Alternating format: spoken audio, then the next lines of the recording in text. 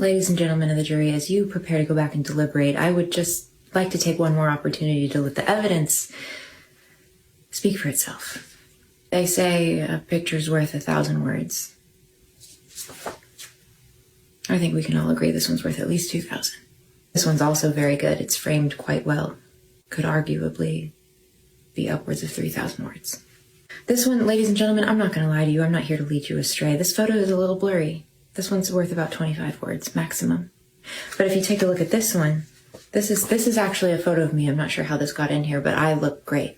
You can see here I cut my ex-husband out of it. This one might be worth no more than 25 words or so. Here's the defendant again. Not a great photo, 50 words max. This is actually me further after the divorce when I've got a bit more color back in my face and my smile is reaching my eyes. That's about 9,000 words. You can see that I'm really I'm turning my life around. I'm coming back from the heartache in this one. I can't show you that photo. If you add up and do the math of all the photos, it's a lot of words in here. I'll give you a chance to look those over. Take a good look at those. Actually, could I have the one of me and my ex back? It's a really nice photo of me. I need this for a dating profile. TBTL. I was shaking, my tongue was shaking, my head was shaking, my arms were shaking, and my legs, my feet too. Well, he bit all the he-dogs and winked at all the she-dogs. The town never knew such a hullabaloo as that little dog raised till the end of that day. Oh, I see. Dirty monkey not okay. But dirty monkey dance? I don't know, man. You know, it's just living truthfully in imaginary circumstances. Have a good show, dummies. What you do is so important.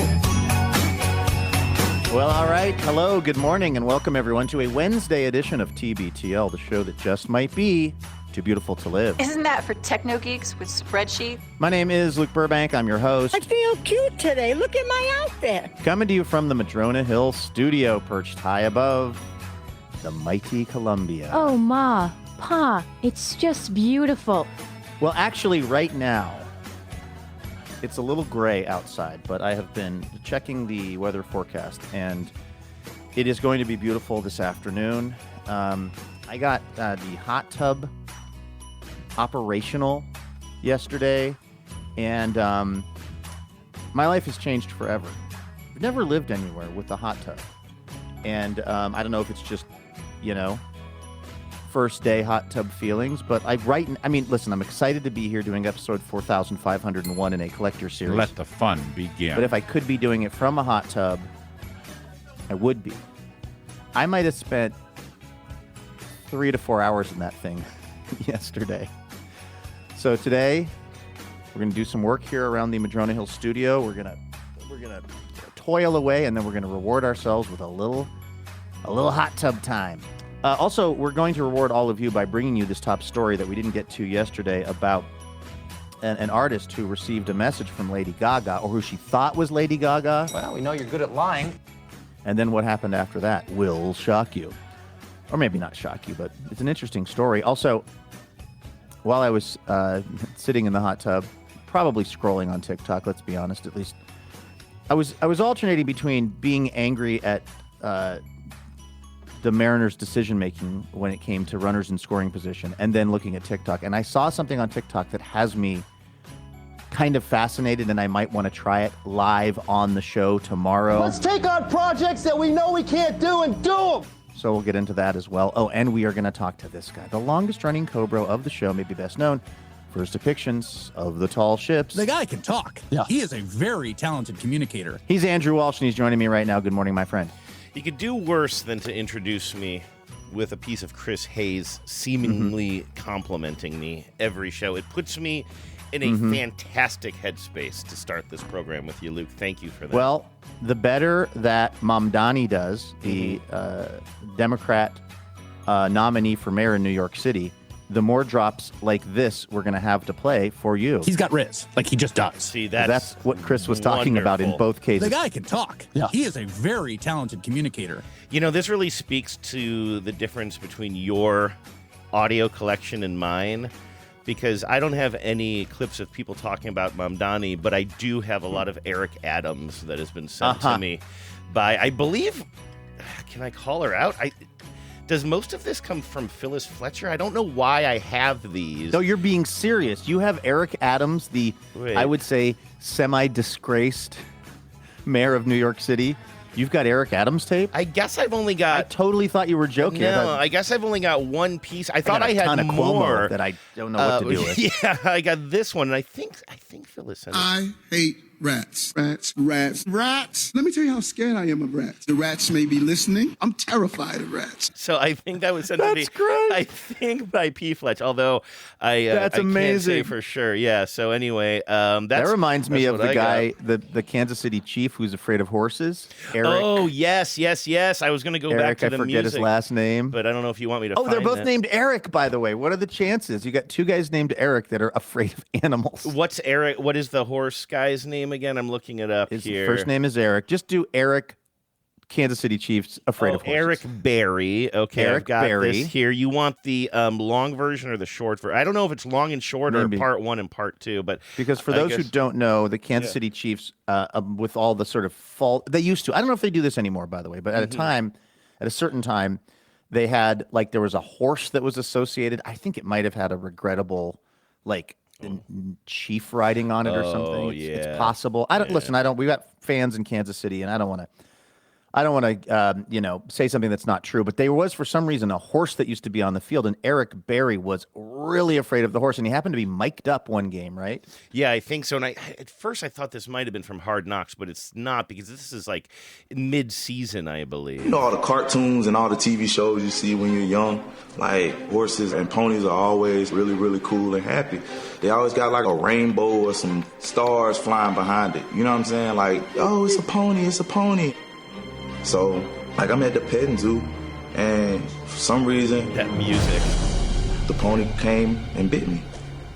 When it happened, and I turned around and looked at it, aside from the fact that the horse didn't look anything like the cartoon or what I saw on TV, it was dang, horse, I trusted you. I forgot about that ending. Let's hear He's that. always That's watching so for the horse, great. making sure the horse doesn't look at him or do something crazy. As long as it's 10, 15 people between me and the horse, I'm good. Everybody is born with a choice, and I'm making the choice not to deal with the horse. There's no whining in football. But every August, football comes to wine country. For a second, I thought that was my computer just auto-firing things. That's great. That tape is so good. It's really good. I was thinking about you during the intro, which I guess makes sense because you were doing an intro, and you would think, I'm thinking about you because I'm listening to you talk, but let's not be naive here. It's not a given, though. No, it's not a given. I was thinking about you because I was trying to pay my City of Seattle bill here. Let's see, this is for, I don't know, some sort of utilities, and I thought it went through. But anyway, I was sort of thinking, despite the issue that I'm having right now, I think paying bills has come such a long way. When I was a young adult and I was first responsible for things like utility bills and stuff like that, and in Concord, New Hampshire, it was actually just outside of Concord, wasn't it? It was... can't remember the first little town I lived in. It was just outside of Concord. I'm embarrassed I can't think of it. But I would have my little checkbook, and I would get all the bills there, and I would take all of the receipts that I was collecting in my wallet from the ATM, and it was mostly ATM, not even debit card purchases, and I would lay them all out, and I would put it all in the little, what do you call the little register thing, and do all the math, and it's that's how much money I have in the bank, and balancing your checkbook, balancing my checkbook, and then cutting checks and putting them in an envelope, and then finding a stamp and addressing it. I paid a bill while you were talking before, which is kind of a miracle of modern science, but it reminded me of you in two situations we never got follow-ups on. One, about 3 months ago, you said you lost your ID at a gas station somewhere. Well, that's the leading theory, because that was the only place that I had taken that I remembered literally taking my wallet out of my back pocket. It was at a gas station in La Center, Washington. That's where it was. By the process of elimination, I have decided that, because what I was throwing out, I had one of the hotel key cards from a recent trip in my wallet, and while the gas was pumping, I was mindlessly just trying to do something productive, and so I was kind of cleaning my wallet out. And I think in the process of that, I must have somehow thrown my ID into the garbage can. And do you have any updates on that though? I mean, did I you have get a new ID. Did you get the special ones? You get the real Well, ID? I already had a real ID, so You they just did. replaced my real ID with a new real ID. I gotta get a real ID. Oh yeah, it's the only way to go. I So just that's good. worry about the backlog. I think everybody's trying to get it now because the deadline just passed. Our friend worried- Broadcast Barry was texting me. He was driving home from Bellingham, Washington, which was the only place he could get a DMV appointment. Oh, see, that's that's what I'm worried about. And then, did I tell you? And I do have a follow up for you, but I thought I lost my ID at the ballpark yesterday, boy. or when was I there? Monday night, and it is such a bad feeling. I had left a credit card one time at one of the concession stands after I paid for whatever I was buying. I had left it there, and then I had to track it down, but I got it back. This time I had bought one beer when I first got there, and then it was I don't know, it was much later, and then I went to get, I would like to tell you I went to get another beer, Luke, but this show's about honesty, and what I went to get was a Twisted Tea, and I decided I wanted to get twisted. It was a spur of the moment thing. I thought I was getting a beer, but I was a little bit more thirsty. TVTL breaking news. So I don't think you'd think I'd get a water and a beer. Heard of you consuming a Twisted Tea? Do you? You know what? Are you a Twisted Tea guy? While we're on this topic, let me say something even more surprising that I'm sort of just recalling now that you will be very interested in and very appalled by, as I will be appalled by. So every now and then, I would say maybe once a summer, I will go to buy a beer or something at a ballpark, and I will see a Twisted Tea. And it sings a little siren song to me. And I think what happens is maybe I'm a little bit thirsty. There's something about the idea of a sweet, it's lemon flavored. Is it like iced tea flavored? It's iced tea with a pretty strong lemon flavor to kind of probably mask some of the malted alcohol in there or whatever. Soot and hot water. I mean, I'm hooked. I do like when they're very sweet, so you don't go in for a whole bunch of them. But listen to this. So I'm at the ballpark the other day. Forget about the losing the ID thing. It was just in a different part of my wallet. Just freaked me out for a little bit. I had to go to customer service, and then they didn't have it, and then I eventually find it in my wallet. I go back, and I end up buying that Twisted Tea. I had one Twisted Tea at the ballpark on Monday. Then, cut to yesterday. Listen to this dirtbag behavior, Luke. I am leaning. You unleashed a beast. I am going for the award of Mr. Aurora 2025 because sort of like how Bill Belichick's girlfriend was running for Miss Maine. That's right, and did not win. I came in third, I believe. Third place. I had to record a couple of extra shows with Genevieve yesterday for the After These Messages podcast, coming soon to a pod feed near you. And get it wherever you cast your pods. And then afterwards, I'm like, okay, I'm going to run to the AM PM Arco station up there at the corner. We're out of Coors Light. I keep Coors Light in the house usually these days, and I'm buying myself a half rack of Coors Light. This is last night. This is about 8 o'clock last night, I'm going to say. I know it was still light out, but it was evening, and I know we'd been recording for a long time. So I'm going to say it's 8 or 8:30, and I'm in that AM PM. And by the way, the entire do you know about the motorcycle gang that rides up and down Aurora? It's they're all in they're not like a Harley gang. They're like those little what we used to call crotch rocket gangs or whatever. They speed up and down, a whole crew of them. You know how I feel about that. Weirdly, though, that sounds noisy. It's noisy, but it's that more high-pitched noise. Yeah. That isn't do they do wheelies? They do wheelies. They Are they scream up and teens? down. I don't think they're teens, but they're younger than me, and they'll get together in packs of 10 or more, and just I see those kids when I'm in New York in particular. There's roving gangs of teens doing wheelies on motorbikes. Sometimes they'll be in Central Park on basically electric bikes, but really fast ones. Oh, really? I haven't seen they're e-motorcycles, and they'll just be the wheeling is what tells you what the group is all about in my experience. Yeah, and also they just take over both lanes going in one direction. So anyway, it doesn't really bother me too much. For me, it's all the colorful pastiche of living here. As a person running for Mr. Aurora, you have to embrace all of your constituents. That's absolutely right. The wheelie people, the dancers at Dancing Bear, the people making pizza at A Pizza Mart. I need to win them over. Okay, A Pizza Mart, I would kill for a Pizza Mart to be in this neighborhood. A Pizza Mart is in the U District in Capitol Hill What's and a couple the other pizza places. joint that's next to the strip club? It depends on which sign you look at. Like everything on Aurora, it's unclear. Maybe that can be your platform, bringing some consistency to the pizza signs on Aurora. That could be a plank. I think like you look at the sign above the door and it says something different than the sign that hangs out. I don't know. It's the only pizza in Seattle I won't eat. I mean, I've had it a couple of times. So you've had it and you've found it to be it's just inedible. not that. It's not great.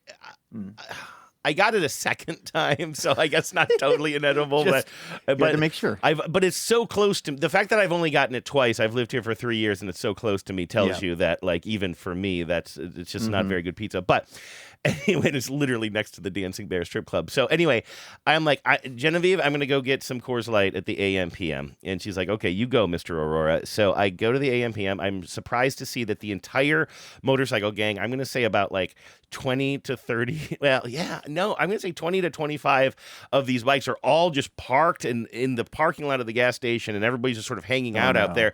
And my first thought is, the line in this place is going to be nuts, right? But luckily, my timing was okay. Did you Pee-wee it? I did. They weren't lined up in that way. To, like, they were poke one of the motorcycles. Try to use the phone! Oh my God!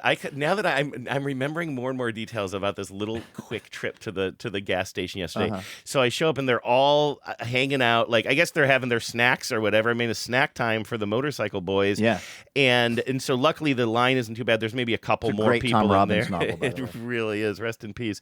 And so I go back and I grab my Coors Light, and then Luke, I just had this little voice in the back of my head, and it's like, well, what about a twisted tea? Were you trying to show off for the motorcycle guys? I was like, what about a little twisted tea? With What your if I twisted tea? So I'm like, could I get a single of a twisted tea? And it's like, yeah, you could buy a 24 ounce of a twisted tea, which is like 2 twisted teas. I don't know how well you are at math. Well, that's the thing. I assume that it's only sold in whatever I don't think I've ever seen a regulation twisted tea. I've only like seen a them 12 as ouncer. That's the giant, the giant guy. That's a really good point. That probably does speak to the target audience. You know, like is it the giant guy at the baseball game? When you get at the baseball game, is it the biggie? I feel like that one might have been a 16 ouncer because a lot of Okay. beers at the baseball games are between 16 and 24. So I don't recall. But the thing about a twisted tea is it goes down pretty easy, Sure. you know? Yeah. But yesterday, listen to this. So then I'm in line. I've got my Coors Light and my big ass can of twisted tea.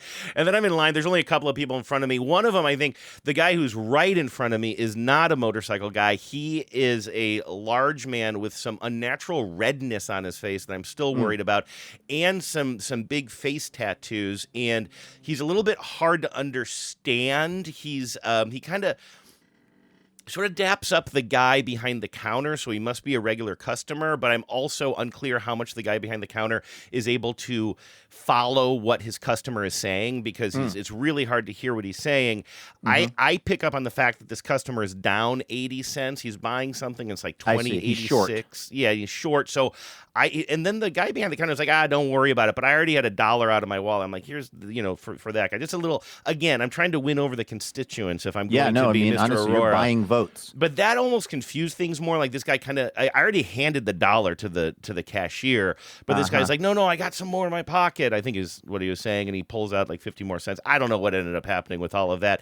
That's all fine. I like to think I won one more vote. The guy starts, the cashier starts checking me out. He admires my purchases, of course. The man with the face tattoo and the unnatural redness around his ears starts.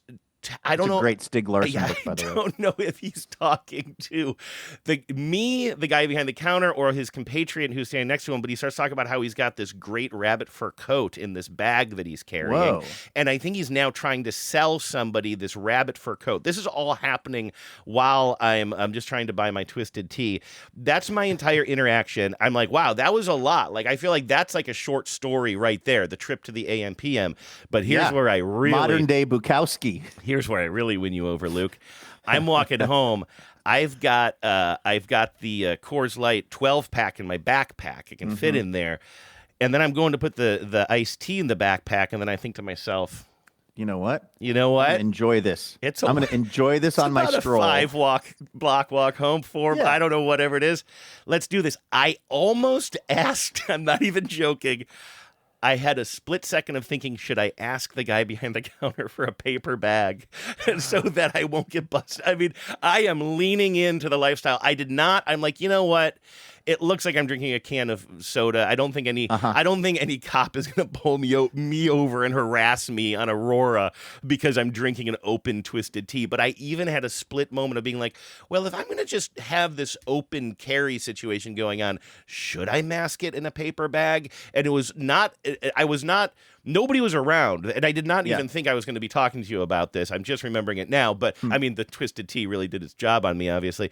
Sure. And so it wasn't me trying to cosplay, but it really was a moment of like, well, if I'm going to drink this Twisted Tea, should I just put it in a bag? But I did not. I made it home. I did not get busted by the police, and I am now Mr. Aurora. You're turning into Carol Kane's character from Unbreakable Kimmy Schmidt. I am. You can tell I've been watching that show a lot lately. That's right.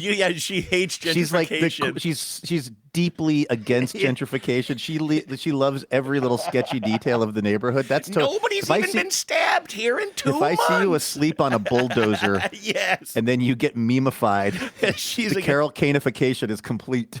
Are you to the point where she's trying to block the construction of a new natural grocery store called Big Naturals? Yes. She's like, there's already a Big Naturals here. They're like, yeah, that's a strip dance club, I think, right?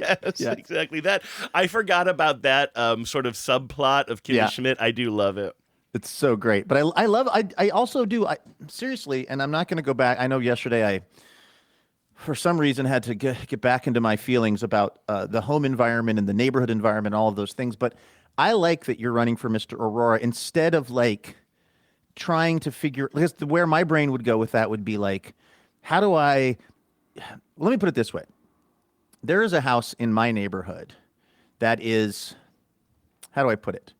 It appears that there is illicit activities going on in this house based on the number of different vehicles that are parked there at different times at all kinds of odd hours, and the fact that the house itself appears very close to just collapsing. Mm-hmm. Like it has no siding on it, so it's basically like there are the better parts of it still have some amount of tar paper on there, but then the less preserved parts are literally just straight up plywood that's just getting hit by the rain day and night. Is there a chance that this is like a new trend and Kanye West actually owns the house and it's just like so far in the future of home design that you just don't get it? Poop diddy whoop scoop poop. Boop. It's like that house that he tore everything out of in Malibu. Yes. That concrete house that was made by that Japanese architect. Yeah. It's possible. And if that's happening, give me about 5 years. When they write about an Architectural Digest, I will be extremely impressed. But as of right now, it just looks, it's such an eyesore. And it's, every time I drive by it, I fantasize about buying the property and bulldozing it. I fantasize, this is by the way, I want to be clear. I don't necessarily like this part of my personality, but one of the fantasies I have is whoever's doing drug enforcement or something swooping in and saying, hey, we can't have a trap house here. Also, there are apparently children that live there, which is actually legit kind of upsetting. Like there's a lot of, I'll see like a car with a car seat with no kid in it, but the car seat's sitting on top of a car, but then the car's on blocks, but then there's like children's toys in the yard, but then there's like a bunch of other random stuff. And like, but instead of running for my version of Mr. Aurora here, I just fantasize about this not happening in my little area that I live. I like that you're just like leaning into it instead of trying to kind of NIMBY up your environs. You're just like, I know I'm going to embrace this. I'm going to become part of this world. Yeah, it's like when Genevieve and I first started dating, I was supposed to take on her better characteristics. I mean, she was a vegan at the time. She was living a very healthy lifestyle, very like living in Boston, and just like being very an urbanite and just like, and I'm like, oh, this is going to be great for me. An erudite urbanite. Yes, and instead I just turned her into a dirtbag, and that's next thing you know, there's a photo of her with 34 Costco pizzas in a shopping cart. You looked at the show pic yesterday. I did. That was yesterday's show. That was from. I got that. By the way, photo credit to Broadcast Barry. Yes, I knew we were talking about Pizza Mountains yesterday, and I wasn't sure what to use for a show pic, but I had remembered right before the TBTL at Sea show that we did, those many years ago now, I was like, there's a photo of Genevieve buying tons and tons of pizzas from Costco for that show because we had to have food on. We learned at the last minute we had to have food on the boat in order to serve in order drinks. for there to be alcohol or something. Yeah, exactly. And we were like, we are not doing a show in front of a bunch of sober people. That is, No. we will get 0 laughs. We will walk the plank. There will be a mutiny. That's right. And we will be straight up Captain Blyde. To answer your question, Andrew, yes. Okay. I am having to re-enter my credit card information on a number of bills, Yes. including the local utility district who is blowing up my email right now. Here's the problem. This is what's complicating things. Now, this is because we never set this one up, right? Except for the other day. Somebody basically got your credit card information, didn't steal it physically, but got your information and ran up like more than $10,000 worth of charges. Yeah, at some kind of a Microsoft online type of thing. Again, the irony that the money that I had in the account, that actually doesn't even work because it's a credit card, was from a large software. I make my money, Andrew, from a large software concern on the East Side, and also that's where they were running up my credit card. Yeah. So I reported it. They've refunded the money. So props to them. They are supposedly sending me a replacement card, although yesterday I got an update that said it's out for delivery, and then it did not seem to be delivered yesterday. So I don't know what its exact status is. But the bigger problem is I just had no idea how many things were because this credit card is associated with Alaska Airlines. And so what I had done at some point was just set it up to pay pretty much everything because every dollar I spend on it, I get miles, and then I just pay it at the end of the month. So it's the default card of my life. And I'm learning that as I get all manner of email saying, from Netflix and from the utility folks and from everybody else saying, hey, we can't get our payment. Amazon can't get paid by me. Maybe that's not a bad thing. But the other problem is I'm working off of 2 relatively new computers, and they don't have. So, like for instance, the utility folks emailed me to say we're not getting paid by you, and I want to go to the account portal, but it doesn't remember me there because this computer is too new. So now I've got to figure out the whole thing there. Like I've said this on the show many times, but like for me, convenience is sort of king. And I should be, look, I had my credit card information stolen. This is an example of how I should be more concerned about my privacy and my data security, et cetera. But like what I would really like is just for every device I use to remember all of my passwords for everything, because there is no chance of me doing that. So this doesn't solve the password thing. Although I will say Genevieve bought us like one of the password manager things. Like I'd had one for a long time, but I always used the free version. I was using Dashlane because we advertised for them and I found it to be handy, but I never paid for it. I only had like the free version, which would only live on like one computer or whatever. It wouldn't like, kind of follow your devices. But then Genevieve got us a subscription to one of them, and we're on like some sort of family plan now. We're family planning, I guess, regarding our passwords. And I got to say, it was a game changer. I don't know how much we pay. I don't think it's very much, but just like knowing that when I'm on my phone, I have access to every password, or if I'm behind my computer, and that it kind of follows me around with my Google Chrome. I'm worrying that I'm saying too much and making myself a target. But regarding the credit card thing, and I don't know how much this would apply to you, but I have found myself slowly sinking into a practice that I didn't think I was going to sink into, but it is kind of a huge game changer. And I guess this is just another convenience of modern living, but I wanted to mess around with the paying with my phone technology that everybody had already been doing for a long time, and I know that you had been doing. Yeah, like tapping it. So in order to do that, I had to set up a Google Wallet, right? And everything I use is already kind of tied into Google. I have a million YouTube channels and whatever, which is a Google product, and I have, email for 3 different podcasts, et cetera. I'm very much in the Google world. So I'm like, okay, so it's very easy to set up a Google Wallet and connect it to my credit card. And I originally just did that so I could use my phone to pay for things at the store. But what I found is it changes everything, because now when I'm buying something online, instead of putting in a credit card, it's just like, do you want to use your Google Wallet? So everything is now defaulted to my Google Wallet. So on the occasion that something goes sideways with my credit card and I get the new credit card, all I have to do is update the credit card information in one place, the Google Wallet, instead of having to go to all. And not every single place. I don't know that the utilities are connected to my Google Wallet, because I don't know if that works that way, but eventually it will. And I got to say, it is a pretty huge convenience. I have this problem with one of the. It must be like, I don't know if it's Shopify or it's one of these, things that it usually involves me being on Instagram and then being motivated to try to buy something. And then for whatever reason, it has my old Brooklyn address saved in it. And if I'm not very careful, it's one of these frictionless. Sorry, by the way, we have a. I can't even hear it. We have a little very, very large helicopter that is flying very low. Like, I'm talking, I don't know if it's a Chinook or a Huey, but like, can you hear that? Now I can. I mean,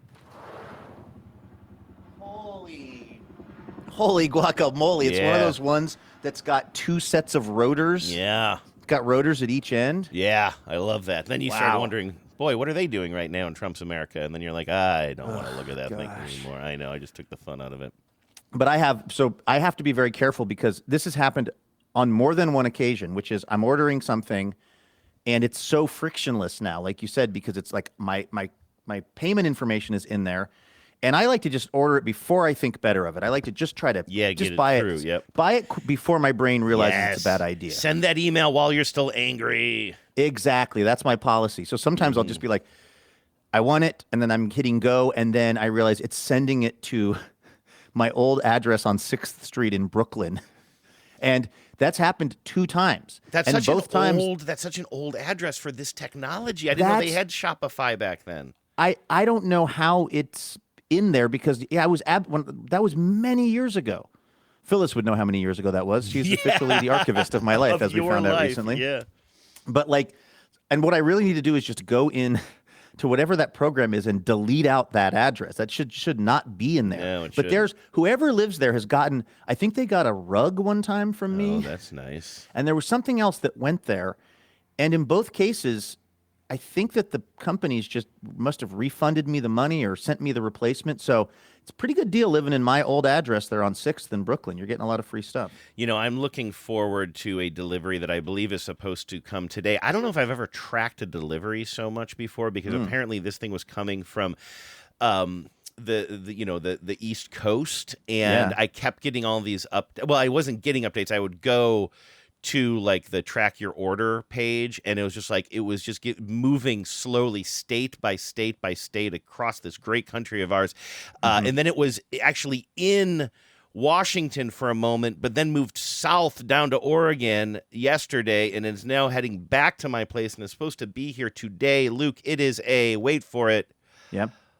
Modern boombox. Not even that modern boombox. What does that mean? A boombox that will play CDs and cassettes, but is not from the 1980s or 90s. So I have a decent amount of cassettes, and I have a decent, kind of a decent amount of CDs, and they're worthless to me because I keep buying these I'll be at Goodwill or something. I'll be like, oh, maybe that's a decent boombox, but they're all kind of vintage in some way. But none of them, first of all, look that great. If I'm going to get a vintage boombox, I want one that is kind of designed in a way that speaks to me, not some of these things that came out in the late 90s or early 2000s with a bunch of angles or whatever. You have that's a boombox that's sort of a retro 80s looking one, but it was made in the modern era, right? I think I tricked APM into buying this for us, by the way. That's right. We took that on the... This was our PA speaker when we were driving around in the Delica. Yeah, so that what Luke is holding up, a very 1980s looking, kind of B-boy kind of style boombox, but doesn't that have USB I'm also in a B-boy stance for the listener. Yes, you are. I enjoy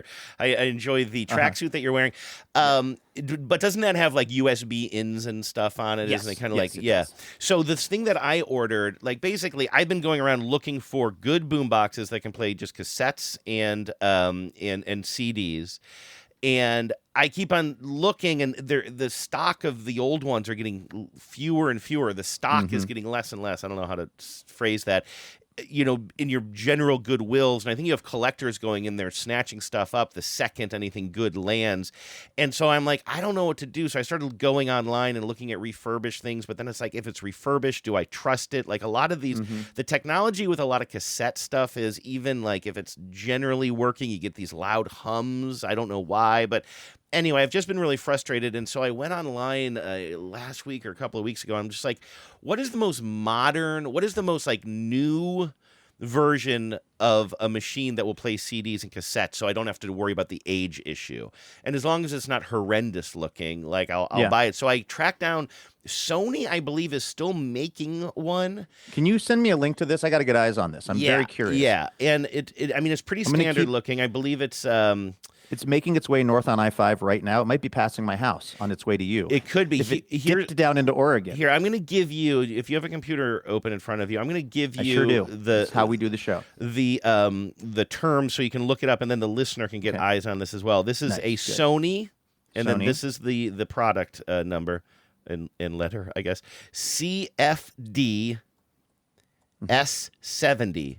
Yep. CD cassette FM AM boombox black. So it just looks like a very standard little boombox. It's not fancy. It's not retro looking. It's not necessarily super cute, but it's going to be about just over, I think, maybe a little bit more than a couple of feet wide, I think. One cassette. No, I won't be able to make mixtapes from cassette to cassette on it, but it should work. We couldn't find it. It's still on the Sony website, but I couldn't buy it directly from Sony unless I lived somewhere on the African continent. It looked like I wasn't on like the Sony USA page. It was a whole journey. Genevieve, you can only buy it if you're wearing a Buffalo Bills Super Bowl champion T-shirt. Yes, from 1987. A Mariners World Series T-shirt, there you go. Right? Yes, in one of those towns. Yes, another thing that I could buy on eBay probably. But anyway, Genevieve found this thing that is supposedly new in the box, but is being sold by a third party on eBay. Oh, I see. The Sony CFD S70 CD. I'm looking at cassette player, and so it's a very basic little black box, but it should do its job. And I'm going to put it up, and then I'll be able to play all of my media. And I'll tell you, I made a special map on Google Maps the other day as I was putting pins in the map tracking this thing as it was coming across the United States because I'm so interested in my little baby coming home to me. I feel like I already know the first CD you're going to play, and it's going to involve the B-52s. I don't know. It's funny because when you said that, I don't, what are you going to break I don't know. Because it should be here tonight, and this is a weird answer. This is totally random. And I don't know if this is true. You're going to let the Twisted Tea decide? I'm going to put this on my shoulder. It does take batteries, I believe, so I could put this on my shoulder. I think, so I was at the record store the other day, and I saw the album Red Medicine by Fugazi, which is an album that I used to love, but haven't listened to in a really long time. And I almost bought the record, and then I didn't. I bought something else instead. I had to kind of choose, and I didn't want to just buy everything. And so I've been thinking about Red Medicine a lot lately, and for me, that was like kind of a fundamental CD. And so I'm thinking I might put on some Red Medicine tonight, Luke. I love the idea of you with the boombox on your shoulder, a Twisted Tea in your left hand, just rocking on down to Electric Avenue. Ooh, Electric Avenue, yeah. AKA Aurora. Yeah. I just love the idea. This all plays into your run for mayor of Aurora, or Mr. Aurora, as it were.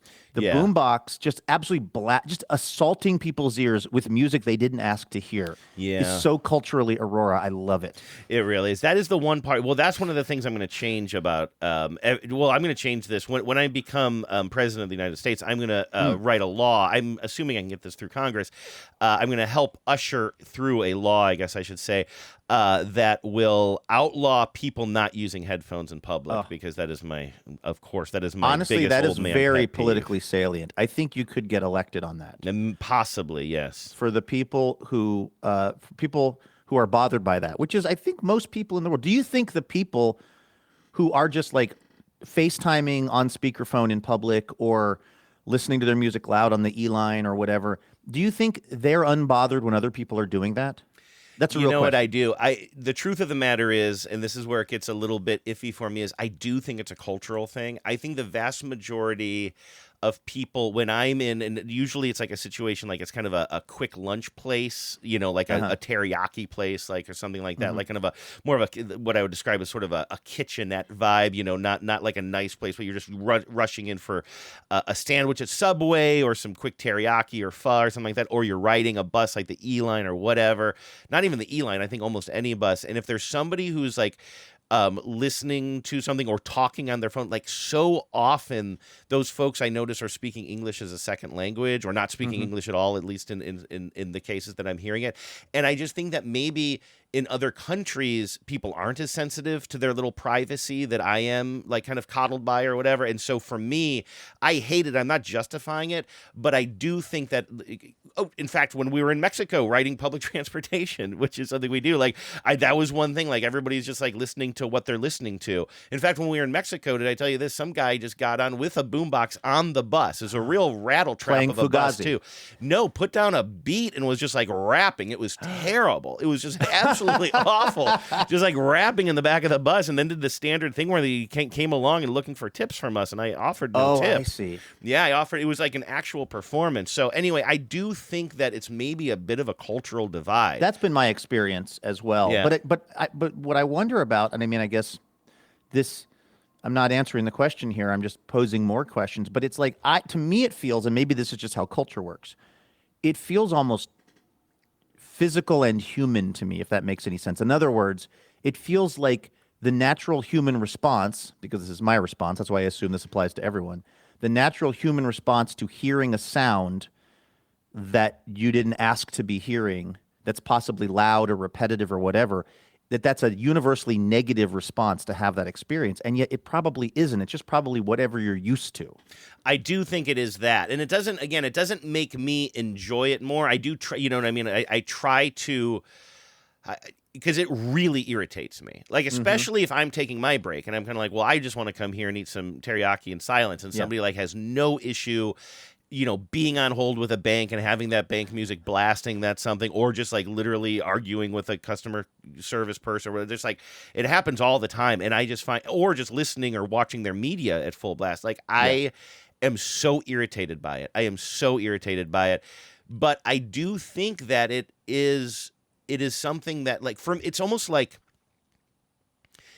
I almost think of it as like culture, like audio clutter, maybe, because I think about like how right now I'm a little bit uptight because the house, I haven't really like vacuumed in a little bit and probably like, you know, maybe close to a week. The house is a little bit cluttery right now, and I came into the studio today to do the show wishing that I could have maybe about an extra half hour or maybe like 3.5 hours just to get the house tidy before I could come down. Maybe a couple of twisted teas. Tidy up the place a little bit, then come on the show and just get twisted.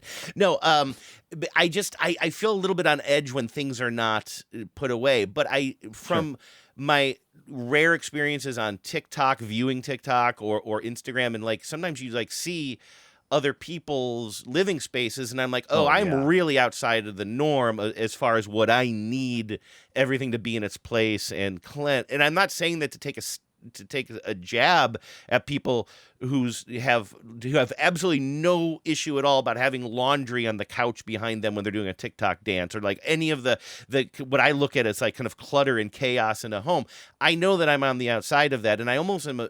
What I'm trying to do here is make that comparison from an audio standpoint. I think some people are just okay living in more like kind of chaotic environments, you know? Yeah. Well, you know, if you wanted to be nice, you could say dynamic environments. I could, but I was looking for the word chaos there. That is what I was looking for. Well, that was in the early days of TikTok, you know, particularly like the pandemic came along, and then a lot of us started looking at TikTok a lot.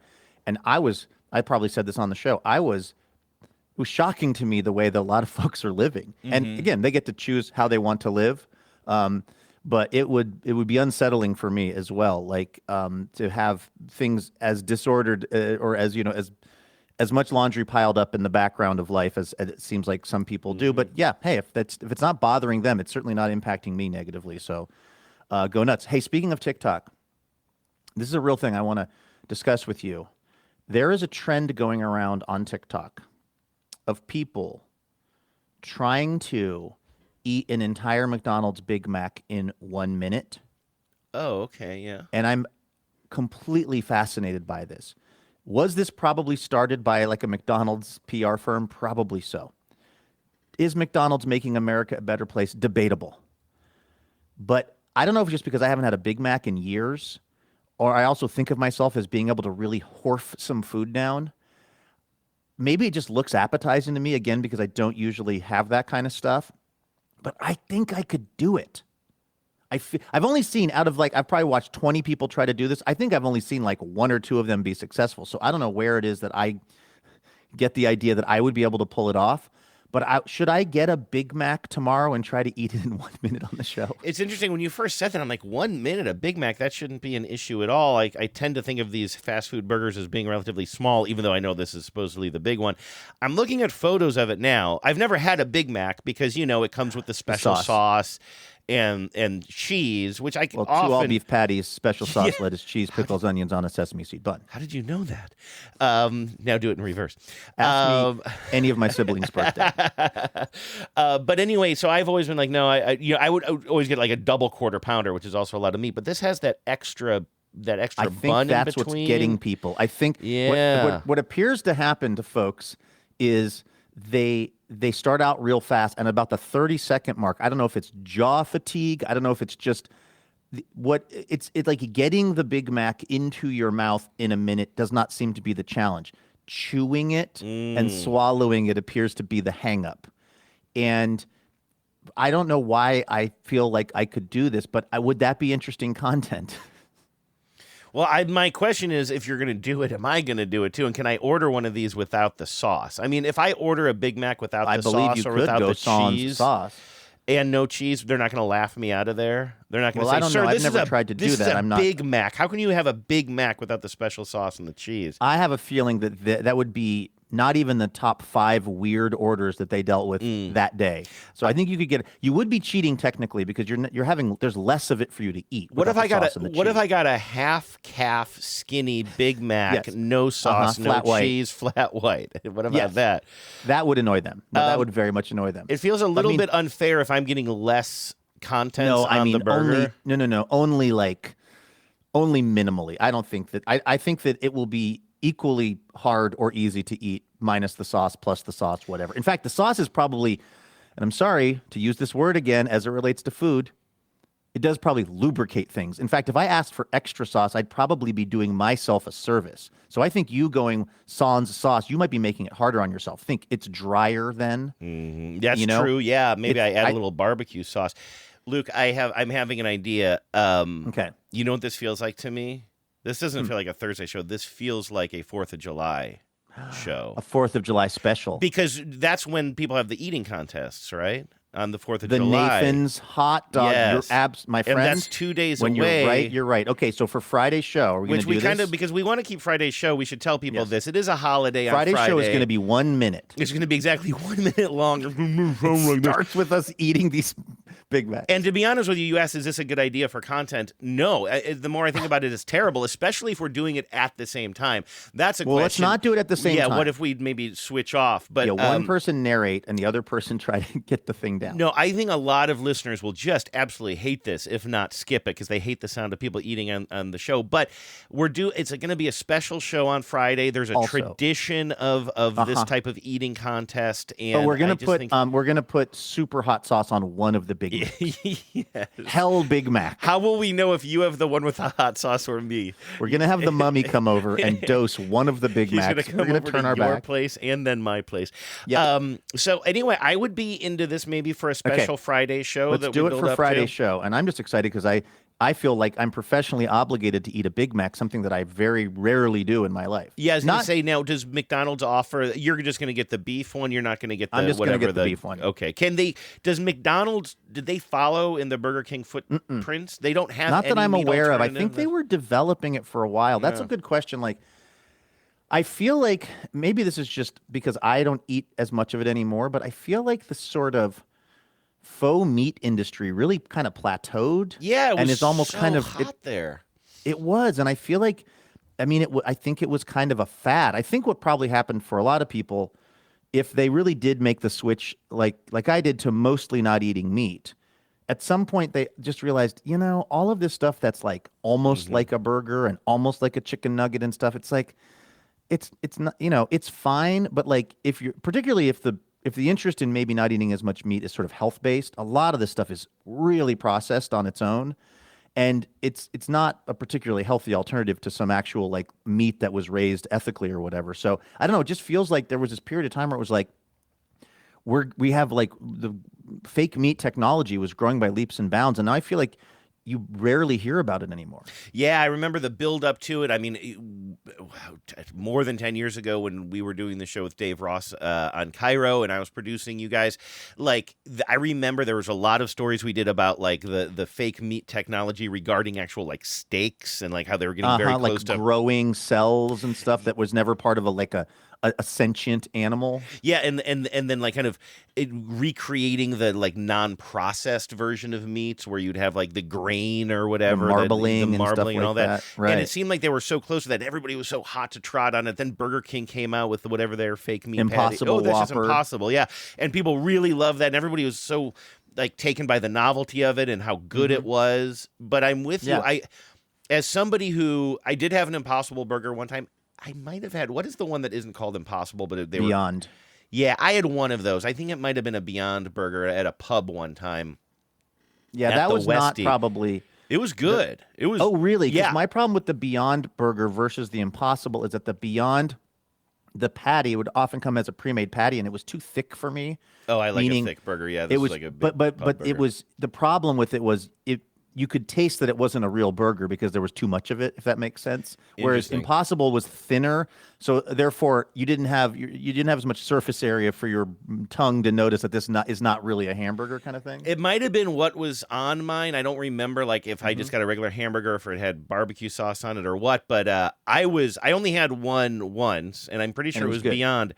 And it was thick. I like thick burgers, but I did not have that experience. I was just really, even though everybody had been telling me forever, this technology has come so far. It was like a little pink in the middle. Like it had the texture and the look. Oh, that was the whole everything. Thing, like beet juice, so that it's got like it's kind of almost like it's bloody, which again it's a weird thing to try to recreate that so that the verisimilitude is high, but that was a thing they were doing. But I remember like legit liking that and being like, why wouldn't I get this from now on? Now, it is true that I don't usually get a lot of burgers. It's not like usually a go-to for me. I'm not saying I never get a burger. I don't want some 10 to see me in the wild eating a burger and say, Jacques Hughes.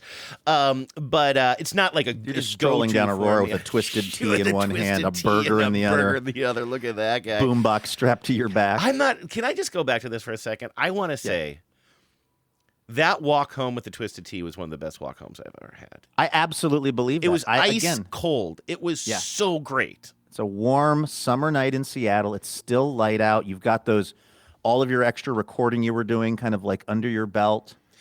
My only concern was the neighbors. As I got closer to my house, I'm like, because we have some like very like respectable neighbors who are raising little families and they're so cute and everything, and they're like real adults. And I was a little bit worried about them seeing me walking down the street with what could pretty easily be identified as a Twisted Tea and just saying like, well, that guy who most of my neighbors hopefully don't even know what I do for a living, probably think I'm unemployed because I just spend all of my time in the basement walking up and down the street drinking Twisted Tea. Like I just do think want a paper bag would be, depending on their age, I think a paper bag would be a worse giveaway. That's a really, really good point. And I'm glad I didn't do that. I don't even know if they have I feel like if there's any place that has those paper bags, it would be the AMPM I'm talking about. But I'm glad I didn't do that. I think that would have been a little bit weird. But all of that is to say, yeah, I am into this idea of trying these burgers. Yep, I think we should do this challenge. Do it. Okay. Very excited about this. There is a deer, Andrew, that is in the yard and is eating a bunch of the things that I need to weed whack. So I have to be very quiet because I would like this deer to just go ahead and go nuts. Okay, speaking of animals that eat grass, can I just tell you about something that happened yesterday? I wasn't even sure. I wanted to tell you about this, but it's kind of like it doesn't really have much of a narrative arc. So I don't think it's much of a good story. But so you know that sometimes Genevieve, I'm trying to develop a narrative arc here. You know how Genevieve sometimes takes Bingo outside on a leash in a harness, and he goes on little walks around the yard, and it's something that he's kind of friends with the neighbor dog, Maggie, now, and they'll kind of talk between the fence. The only problem is Maggie got really excited last time and started barking too much, and so we had to like kind of, I don't think that it was at all aggressive or defensive. I think she was just too excited, and she's like a full-size dog, she's not one of those mini dogs. She's like a full-size dog, and so like I think that Genevieve had to maybe separate them a little bit. But all that is to say, Bingo is very comfortable in our little yard. It does have a fence all the way around it, but not a fence that would contain a cat if a cat were to want to get out.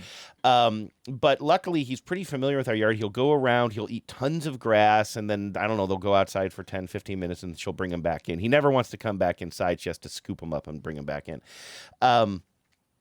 Yesterday, I'm sitting here working at my computer. My headphones are on. I'm listening to tape.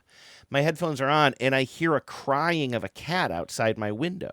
Huh. And I'm like, wow, I'm like, Vives, do you hear that? Vives is also working in the basement, kind of around the corner. She's like, no. I'm like, do you hear that cat? I'm like, is Bingo outside? She's like, no. And I'm like, okay. And then like, I keep hearing the crying. I'm like, Vives, I hear like a loud cat outside.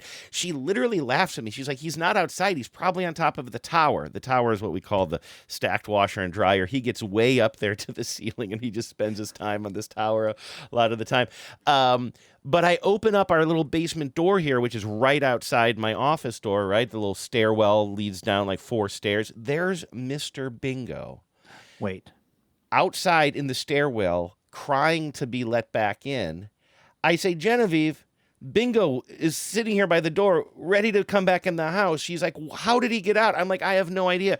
We think that Genevieve went outside to water the garden about an hour earlier, and he must have darted out, because he does do that sometimes now, behind her. She never noticed. This cat, which is the absolute love of our lives, that I think about so many times. I'm like, if he ever got out, it would shake us to the absolute core. Also, what are you more worried about, the coyotes or the other animals of prey that could get him, or just some neighbor being like, oh, this is the world's coolest cat, he's ours now? Like, I've just been like, we must protect this cat, never let him outside off the leash. He apparently got outside, had his little walkabout for an hour or so, probably never left the yard, ate a bunch of grass, and then just came to the back door and cried until I let him in, which is honestly such a good scenario as far as those things are concerned. And I think it probably speaks to, I don't know, wisdom is too strong of a word, but why I'll bet you that outcome is better because he is familiar with our backyard, because Genevieve takes him on these walks, because he didn't feel like he was going to be in trouble if he came back in. I just can't believe, I keep on thinking about these, because we let him back in, and we went about our lives, but every now and then throughout the night, as I'm sipping my twisted tea, I'm like, this night could be so much different if Bingo just got scared by something and bolted off. You know what I mean? And in this neighborhood, there really are coyotes and all kinds of, and cars and all kinds of things that could harm my little guy. And publicly intoxicated people. I mean, that's just his dad. People walking around the street, roving motorcycle gangs. Yep. Me. Guys who were 80 cents short at AM PM. That's right. Yeah. So anyway, I told you it didn't have a narrative arc, but I was like, geez. That should be a relief. I mean, obviously it's a relief, but what I mean is in the larger context, that should be a good thing, because what it means is you don't have to be as worried about Bingo getting out, because this has already happened and it's resolved itself. Doesn't mean you probably want to let Bingo out intentionally, but it does. It's not like if Bubbles got out, forget it. I don't think you'd ever see that cat again. I had to chase her down. The one time she somehow got off her leash here, I had to chase her all the way down this hill and grab her. And it was like literally like, it was like I was like a receiver diving into the end zone to like try to pull down a Hail Mary pass. Like if I had not gotten her when I got her, totally done and probably never coming back. The good news for you is that it seems like Bingo actually likes you. Yeah, well, I think and actually wants to return to the home environment, unlike Bubbles. I mean, it has to do with the personality of cats. I think it has to do also with our reaction. Like, I think that Theo would get out sometimes. In fact, as was well documented on the show, he was gone for an entire 5 days and nights, I think. Or am I confusing that with the story of the Ark?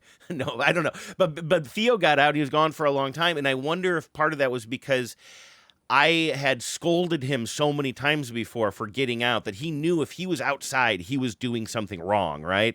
And that's an interesting theory. That's giving these, and maybe you're right, but that's giving these animals a lot of interior life. I'm not saying you're wrong. I'm just saying I haven't thought about it that way. They do have different. I mean, I'm always shocked at how different cats' personalities are. Even me, who's always been a fan of cats. I'm not like a dog person, as they say. I still always thought, cats are kind of aloof. Some might be a little bit more snuggly than others. But like just in the past several years, now having had 3 cats as an adult, Bananas, Theo, and now Bingo, and also cat sitting for our friends, I've really gotten to know their cats and everything. I'm like always surprised at like how they really have their own personalities. Now, a lot of that is baked in, right? So I don't know for sure that my nurture argument here with Theo totally pans out, but I do wonder if with Theo, if I had not, I do think that if Bingo knew he was being really naughty, like he's not allowed on the countertops, right? And so if Bingo's on the countertops and I walk in, he knows he's in trouble. Like, I don't really do anything. We'll squirt him every now and then. I don't even think we have a squirt bottle anymore, but he just knows that he's breaking a rule. And so he will go run and he will hide, right? Because he was caught on the counter. And I do think that if we had that attitude with him, like when he would, on the occasion that he does dart outside and we grab him right away, we try not to overreact and be like, you're a bad cat, which I think I would have done. Like as a younger person. And because of that, I think he was much more just like, oh yeah, I'm outside. He didn't bolt and feel like he had to get away from us, and also knew that he could come back in. And when I opened the door, I mean, it was so cute. I opened the door and he's like sitting there looking at the door, just waiting for me to open the door so he can come back in. And so I screamed at him, just shook him and no. Of course, I picked him up. I'm like, you little buddy, don't go out there. But I didn't make it an owner's thing to come home. I don't know. I can't prove it, but I feel like there's something there. Well, I am really happy for you, Andrew, because we would be having a very different show today if Bingo was in the wind. God, I can't even. He's chipped, right? I believe he's a chip off the old block. I think he loves that Twisted Tea. He loves that Twisted Tea. I should ask. Maybe that's where he went. He went to the AM PM. He went down to the AM PM. He was 80 cents short. You just see him on the back of one of those motorcycles. Yeah, just little. He's just got little goggles on, wearing his new rabbit fur coat. Dubious origins. That is a true story. This guy starts pulling some sort of like nasty looking fur thing out of a brown bag. I'm just like, I am out of here. But anyway, I can't even imagine doing the show today. That was, again, one of those, it was such a non-event because we didn't know he was gone. Right. But once he came back, we had to kind of keep reminding ourselves, like, this day would be so much different if we just went upstairs and realized Bingo is in none of his places. Yeah. Protect that cat at all costs, because I don't think you're going to be able to do this show if that cat is in the wind.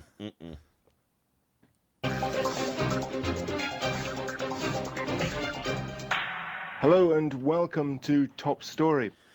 64 minutes in, feels like the right time to get to the first top story, Andrew. Heck yeah. From the New York Times, Robin Pogrebin writing about this artist who is named, I believe, Emma Webster, who's a painter.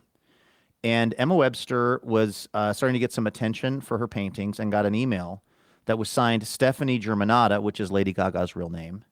And the email address that it came from was ladyandkoji@gmail.com, which was a reference to one of Lady Gaga's beloved French bulldogs, Koji. I'm assuming one of the same French bulldogs that was almost dog-napped. Remember that whole crazy situation? I certainly do, which is why that email address, why that dog's name would be so public. Right, exactly. It's a pretty genius, by the way, fake email address. I mean, people have already gotten the sense that this is not going to ultimately be Lady Gaga who's buying this painting. But whoever was doing this scam was pretty clever with it. So this is the email that Emma Webster gets. I am such a huge fan of your work. I'm wondering if you might have any paintings available. The message continued. I'm expanding my collection, which is anchored by powerful female artists such as Kusama, Frankenthaler, Louis Bourgeois, and Linda Benglis, and many more. Your work would complement it so delightfully. It would be very special. Thank you kindly, and looking forward to hearing from you. Signed, Stephanie. And so this artist, as the New York Times writes, was elated because, it's pretty cool to have one of your paintings in Lady Gaga's collection. And so she asks at some point if she could have a little more proof that she's really talking to Lady Gaga. And this person sends a selfie, a very convincing selfie, by the way. I thought, did you see that in the New York Times article? Yes. Like I don't know where they got this from, but it looked like the kind of thing that Lady Gaga would have sent to you if she was trying to prove she's Lady Gaga. They got it from her Instagram. That's why I wasn't sure if I guess it's convincing because it's something. I think Instagram, maybe X, but I'm pretty sure the article said Instagram. I don't have it in front of me right now. And so anyway, this woman now is convinced that she's dealing with Lady Gaga, and then they agree. Well, so basically the issue was this woman's art was so popular that she was mostly sold out except for this one particular painting. And if you were someone else trying to buy her work, you were going to have to sort of like, if you were like a civilian, you'd be sort of waiting for a long time to get some of this art because she was sold out. But because it was Lady Gaga and she had this one piece, she sold it to Lady Gaga for $50,000. They agreed, and she gave her a discount too, which I guess is also pretty typical for celebrities because it's seen as a cool thing to have your art in a celebrity's collection. And so the one thing that this painter asked this Lady Gaga person was to not sell the art for, I think it was 5 years maybe, because there's a lot of art speculation. And, you know, this woman just wanted Lady Gaga to own and enjoy the art and not just buy it and then quickly flip it, as it were. Yeah, and which is kind of the heart of the story, something that I didn't kind of realize. The article does a good job of kind of explaining that, like, artists like this, especially once they're starting to catch a little bit of spotlight and are kind of developing a name for themselves, they don't want to flood the market with their stuff. They don't want all these art speculators to buy up their stuff. And so that is why she's very concerned that she's selling this to a celebrity, because that will be great for her career, but it's actually bad. I mean, that's something that I didn't ever think about. Like, it's bad to sell too much of your art if it's a bunch of people who don't truly care about it and are going to flip it right away. Yeah, exactly. So she sells the painting. This was the part that I kind of scanned by too quickly the initial time, which I thought this was a story about somebody who basically tricked her into sending a painting and never paid. No, she got paid $50,000 for the painting. This is not a question of if the person paid or not. It's a question of if it was Lady Gaga or not, which it wasn't.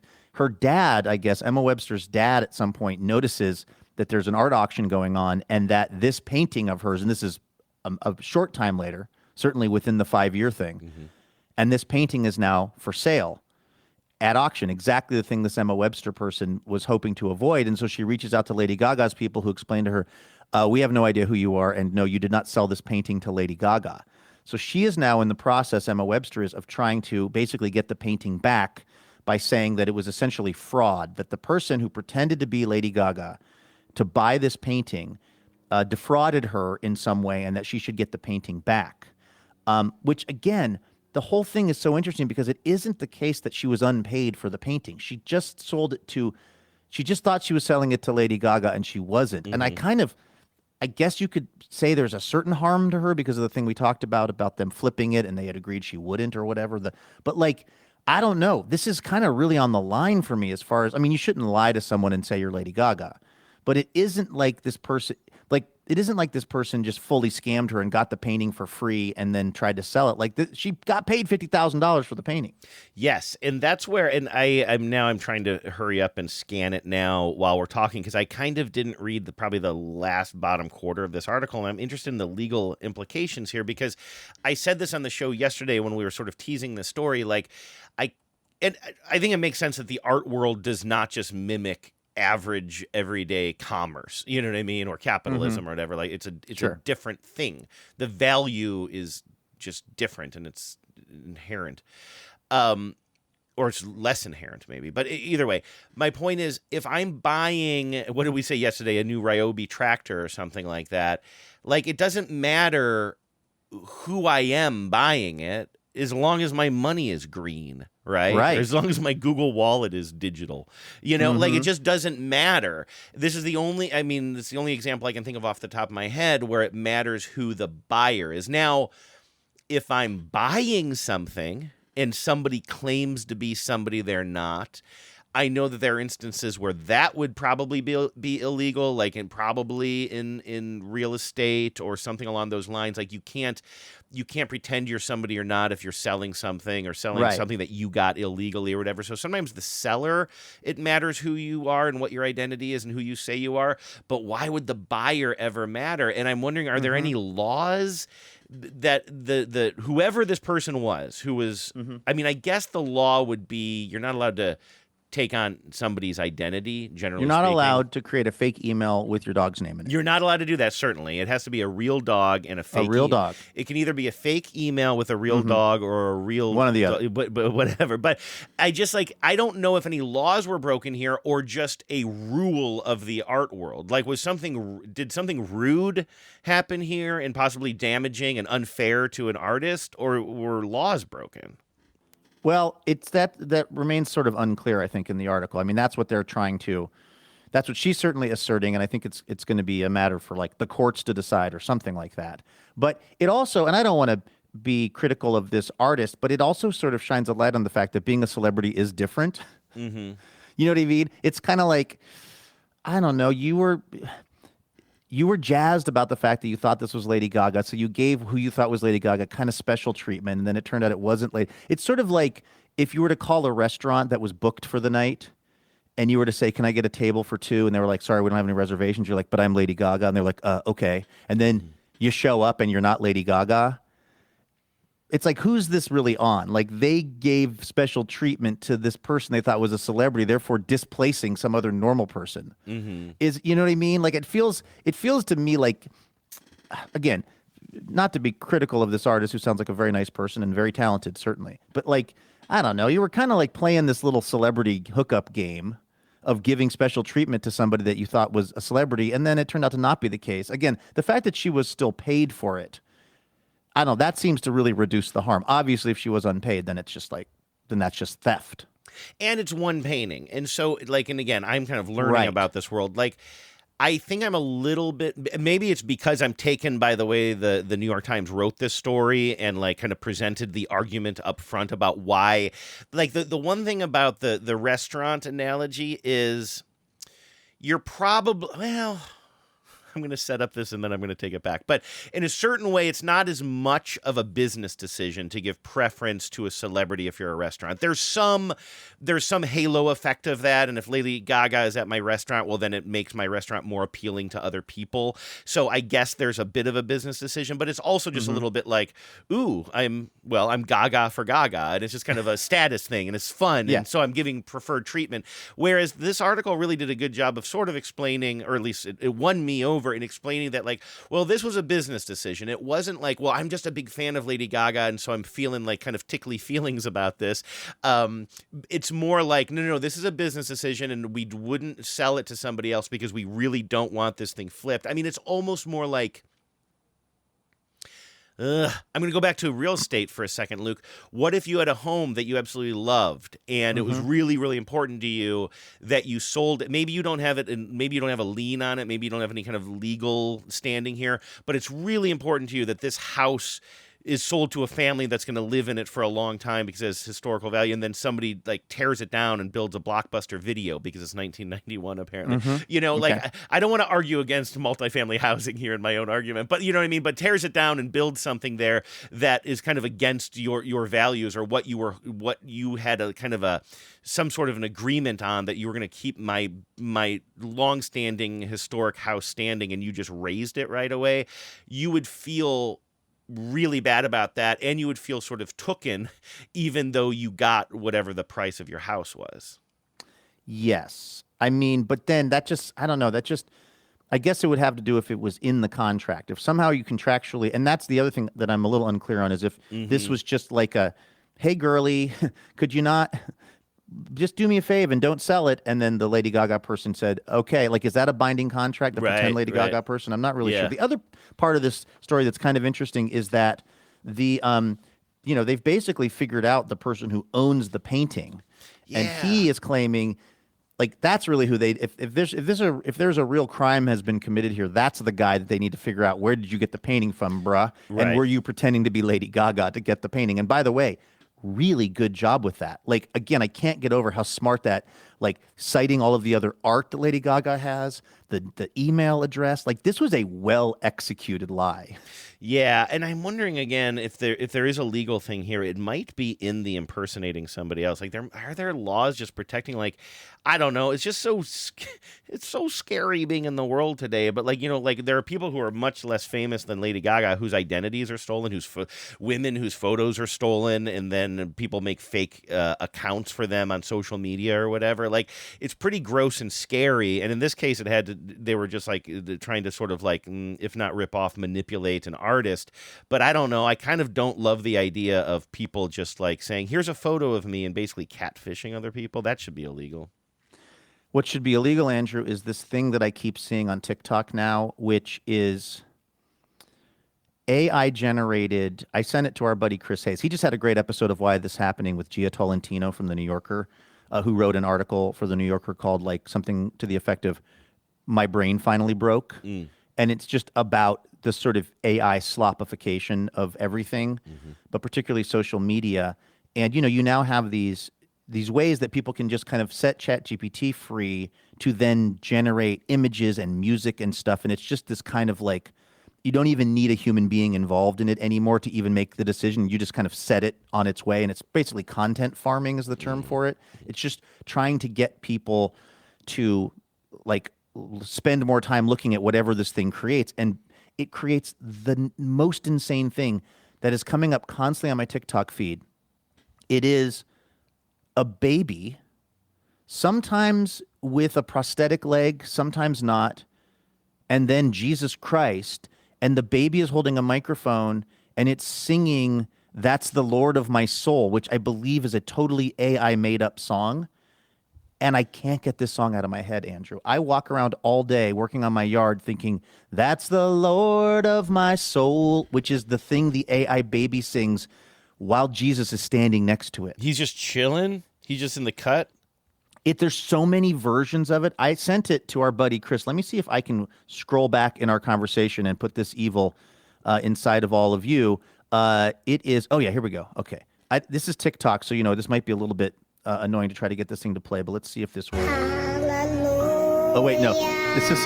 This is a baby singing Leonard Cohen. This is an AI baby who's dressed as like basically some kind of a what would you call it? Like a clergy person. So a baby dressed like the clergy, singing Leonard Cohen into a microphone. This is at least a song that exists.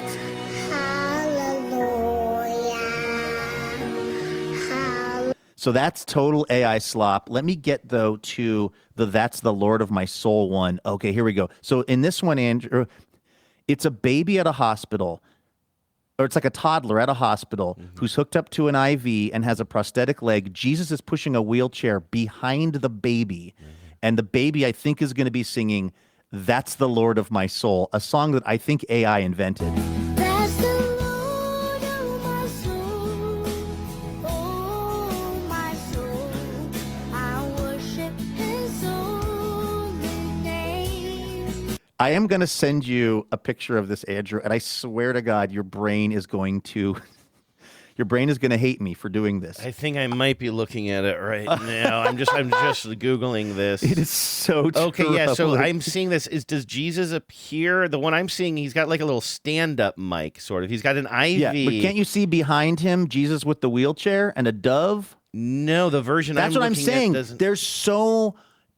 AI is just slopping out so much of this. It's like the multiverse. There are a billion versions of this. So you're probably looking at one where Jesus isn't in the background. But is the kid wearing like almost like a rucksack shirt? Like it's like really frayed and dirty not the one looking? that I'm looking at. Oh man, I got to show you Now look this at what I one. just sent you. Look what I just emailed you. Okay, actually, so the baby has what appears to be a prosthetic leg from the hip down to the knee joint, but then it has a cast on its foot, which is a regular non-prosthetic foot. Okay, I'm sending you, by the way, a link back to what I was just looking at. I'd like you to describe that. Oh, this is a very different scene. This baby, the one I was looking at was he looked like the baby looks like a stand-up comedian on a dark background with this little mic stand, but like wearing a little baseball cap and a shirt that is like ragged. This one, the baby has the prosthetic leg, but is wearing like kind of appropriate baby attire. Your baby is like Larry the Cable Guy. Yeah, right. Exactly. And then now I'm looking at yours here. I hate to say it, but is this the show pick? 100%. I mean, what are you gonna do? But like, what's fascinating to me is that this is what the AI is doing because it wants to get clicks. So it's just going, what are things? It's learning what gets clicks. And I guess things involving Jesus get clicks and things involving injured babies or injured toddlers, right?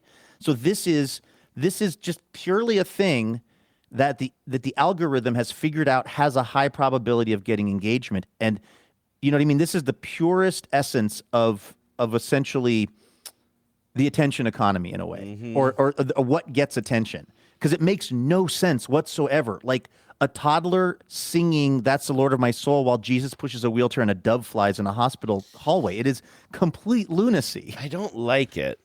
No, I don't either. I know. I guess I kind of do. I don't know what to say. Like, and kind it's of not like the song. Of all of the like problems that AI presents, like creating was that me or you? I wasn't even sure. Yeah, just keep talking while I play the music. I could use a little bit of this underneath me. Thank you. This is like this doesn't do necessarily harm, and it's also so obviously fake, but it gives me a bad feeling. Yeah. That's basically it. That's my take on it. It gives me the bad ones feeling. that are getting me, this comes up on Chris's episode with Gia, are the ones that are getting me that are, I have to really like kind of focus in on if it's real or not, there are all these ones with like athletes, like he was talking about one with Jokic, the Denver Nuggets basketball player, where they're doing like a post-game press conference, but they're just absolutely roasting their teammates. But they get the voice totally down, and they do it in this way that you kind of can't see the mouth movement precisely. So it was really convincing. And I keep seeing these different athletes just like, and for some reason, this is what the algorithm has figured out. If you have a favorite athlete and they're just going off on their teammates, you will be compelled to watch it. Yeah. So that's what the algorithm is also. That's what the AI is figuring out. And then when you start saying, well, I saw, hey, your favorite basketball player was really getting roasted or whatever, like, you know what I mean? That's where, even if it's just in the sports or culture arena, that's where I get really concerned about people just not knowing, and myself included, what is real anymore. I mean, people have been saying that for a really long time, but like, yeah, it's just happening, man. I mean, didn't we in the intro today sort of coincidentally like have an AI Andy Rooney doing the he dogs and she dogs thing? A listener sent that into us a couple of years ago. It would sound even probably better today. Yeah, we only use this technology for good, for making Andy Rooney say things that were once scattered by Kim Cattrall. That's right. I've kind of backed off that. For a while there, we were getting so many submissions of things that people created with AI that was often voice things. And like, we had some fun with it, but then I kind of backed off it after a while. I'm like, I don't know how much of this, again, it all is a little bit unsettling, you know, and I didn't want our show intros to become like all AI jokes. Yeah. We are going to use this song, though, as the new Dazzling Donor music, aren't we? Oh, I think so. Yeah. I mean, that's if you donate during the thon, you will be regaled.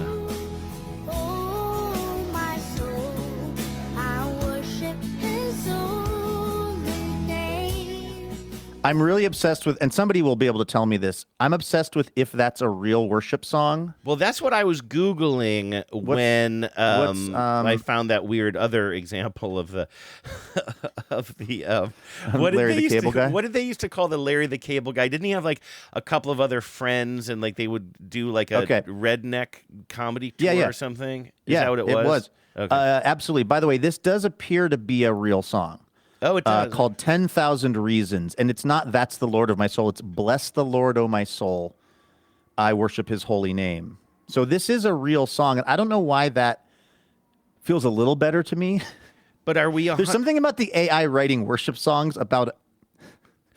something about the very real AI writing worship songs about the very imagined Lord, O my soul, that somehow just like really unsettles me. I saw this. I'm going to play a little bit of this. This is a YouTube video of 10,000 Reasons, Bless the Lord by Matt Redman. But and Steve, don't leave Steve Angrisano out. Co-writing credit. See, I want to hear. Oh, this there you is go. It. Yeah. Oh, my soul. Worship his holy name. Oh, it's "Bless the Lord, That's oh what my I just said. soul." I'm sorry. I thought it. I guess. Yeah, I was mishearing that. Okay. I thought it was "That's the Lord, oh my soul." I see. Until I saw the lyrics here, but yeah, that's the same song. And again, I don't know why that kind of makes me feel. If the AI starts writing worship music, I just think it's over. I just think.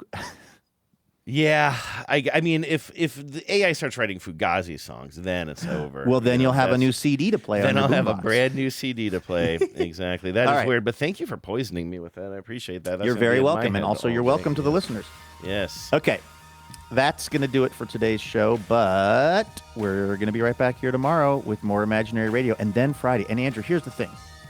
Friday's going to be great video content. I want you to wear beautiful shirt on Friday. Because no, I need that's to wear an gonna apron, I think. I'm gonna dress like a toddler who's in a hospital. I want you to dress like Jesus. This is what that the sounds good. algorithms are telling us. Because the Friday show, when we try to eat the Big Mac in under a minute, that's visual gold. That's going to absolutely break the internet. Is Sklarov going to play the dove, the Holy Spirit? That's right. Okay, I'll be the baby, you be Jesus, John Sklarov be the doves. That's right. All right, good. Sweet. All right, we'll see you tomorrow. Have a great Wednesday, everybody, and please remember, no mountain too tall. And good luck to all.